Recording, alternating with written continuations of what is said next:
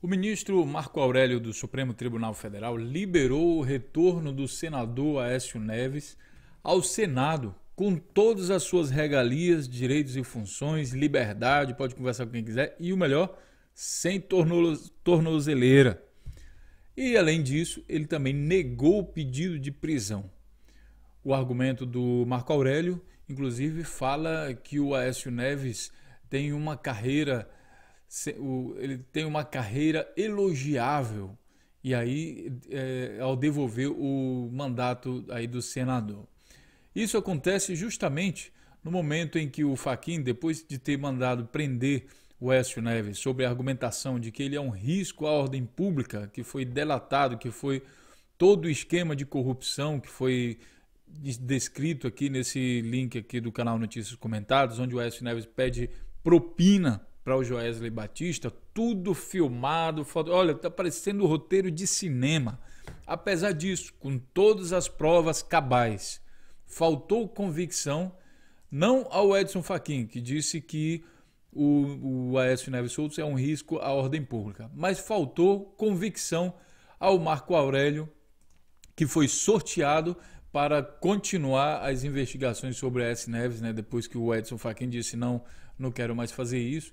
Então o Marco Aurélio foi sorteado. E aí faltou convicção e o Marco Aurélio então liberou o retorno do Aécio Neves ao Senado. Ao que o Aécio Neves disse o seguinte: sempre acreditei na justiça.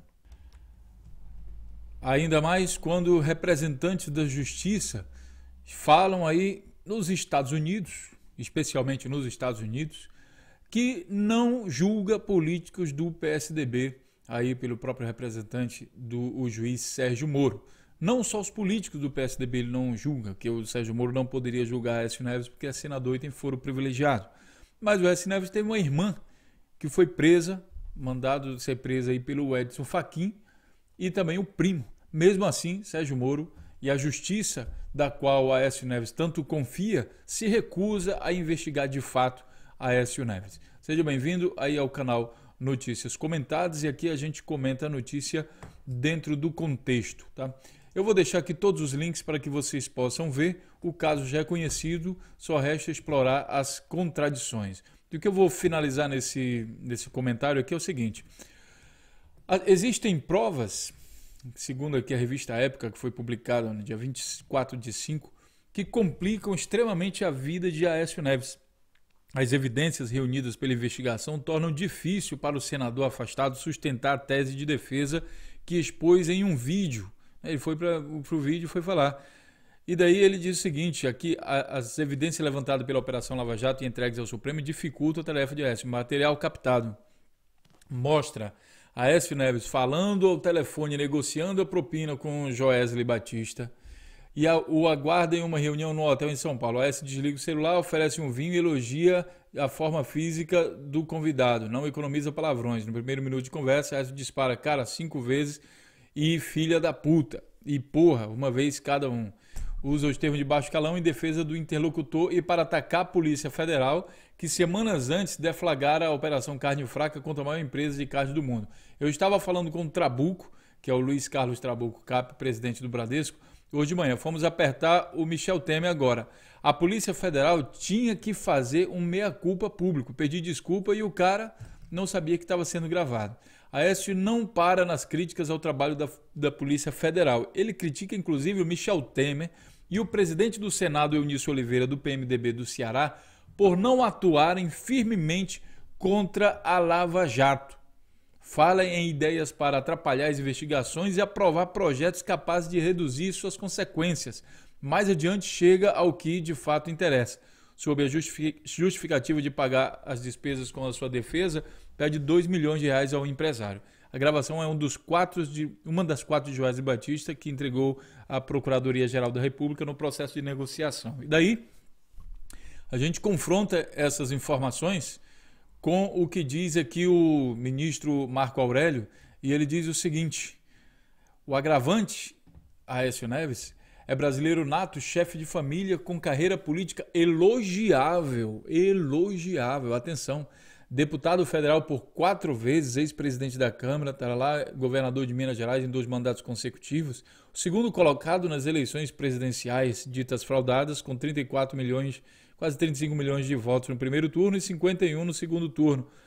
E hoje continua sendo, em que pese a liminar implementada, senador da República, encontrando-se licenciado da presidência de um dos maiores partidos, o partido da social-democracia brasileira, que disso não tem nada. Na verdade, é o partido do neoliberalismo brasileiro. Só fica na social-democracia no nome, né? Por meio de nota, o senador disse que recebeu a notícia com absoluta serenidade. Ora, mas como é que não recebe com tranquilidade se a gente sabe que a justiça brasileira se nega a investigar de fato o Aécio Neves e todo mundo do PSDB? E quando investiga, arquiva no dia seguinte, como é o caso de Gilmar Mendes, que também foi um dos, entre aspas, sorteados a investigarem coisas relativas ao PSDB ou a Aécio Neves.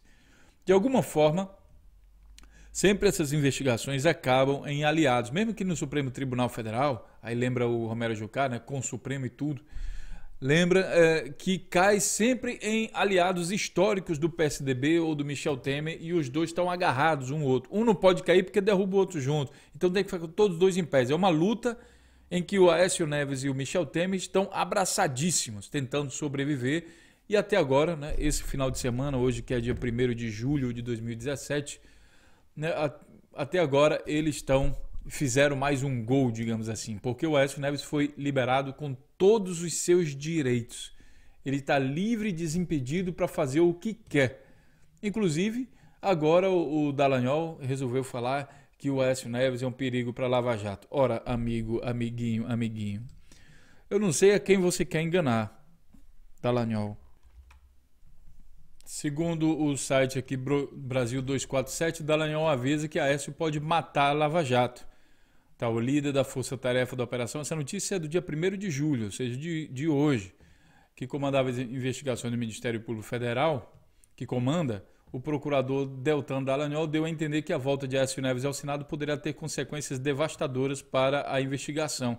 Havia razões para estar preso, mas influenciará leis que governam o nosso país. Livre, inclusive, para articular o fim da Lava Jato e anistia.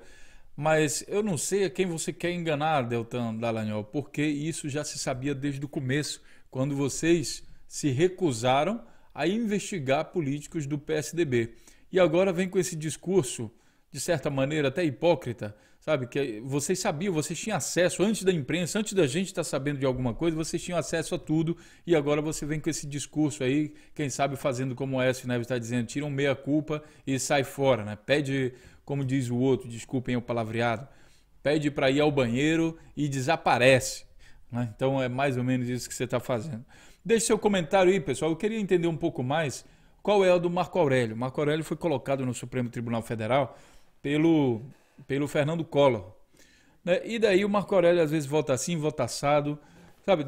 Eu fiquei pensando se existe alguma ligação do Marco Aurélio com o Temer e através do Temer um favorecimento aí ao Aécio Neves. Mas o que eu vi até agora na internet, o Marco Aurélio não tinha essa ligação com o Temer. Então, quais são os interesses, o que está por trás do voto do Marco Aurélio? Me interessaria muito saber, quem sabe vocês possam ajudar aí o canal Notícias Comentadas a desvendar esse mistério. O que é que está por trás de fato do voto do ministro do Supremo Tribunal Federal, o Marco Aurélio? Dê sua opinião, compartilhe o nosso vídeo, vamos fazer essa reflexão juntos e essa investigação juntos. Um grande abraço e a gente se vê então na próxima notícia. Até lá!